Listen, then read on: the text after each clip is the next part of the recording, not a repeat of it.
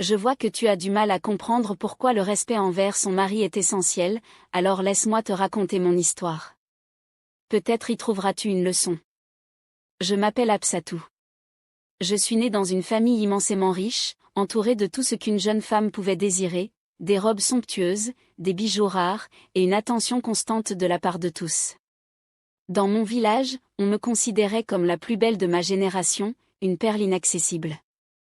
Mais tu sais, ma mère m'a toujours dit, la vraie beauté d'une femme se voit dans la manière dont elle traite les autres, surtout son époux. À cette époque, ces mots ne faisaient pas vraiment sens pour moi. Un jour, au marché, j'ai rencontré Rabilou. C'était un forgeron, pauvre mais digne.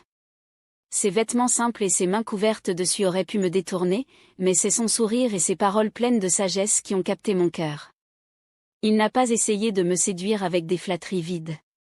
Il m'a parlé comme à une égale, avec honnêteté et respect.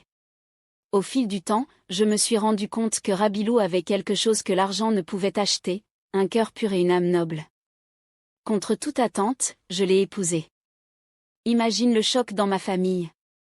Mon père était furieux. Il disait, un homme pauvre ne pourra jamais être ton égal. Mais tu sais ce que je lui ai répondu? L'égalité ne se mesure pas en richesse, mais en la grandeur d'âme. Quand je me suis mariée, j'ai quitté le luxe de ma maison pour m'installer avec Rabilou dans une petite maison modeste. Je ne vais pas te mentir, ce n'était pas facile. Mais je n'ai jamais regretté ce choix. Je respectais mon mari comme un roi, parce qu'il méritait ce respect. En retour, il m'a traitée comme une reine. Avec le temps, Rabilou a prospéré. Grâce à son travail acharné et à mes conseils, sa forge est devenue la plus reconnue du village. Nous avons fini par vivre confortablement, mais ce n'est pas cela qui nous rendait heureux. Ce qui comptait, c'était l'harmonie et l'amour que nous partagions. J'ai vu des femmes mépriser leurs maris, les traiter comme des esclaves, croyant que l'argent ou la beauté leur donnaient tous les droits. Mais crois-moi, c'est une illusion.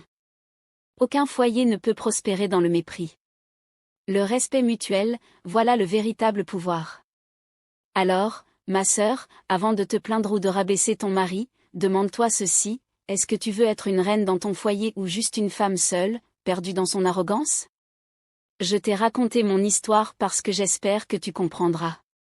Change ton attitude avant qu'il ne soit trop tard. Le bonheur d'un couple repose sur l'amour, pas sur l'orgueil.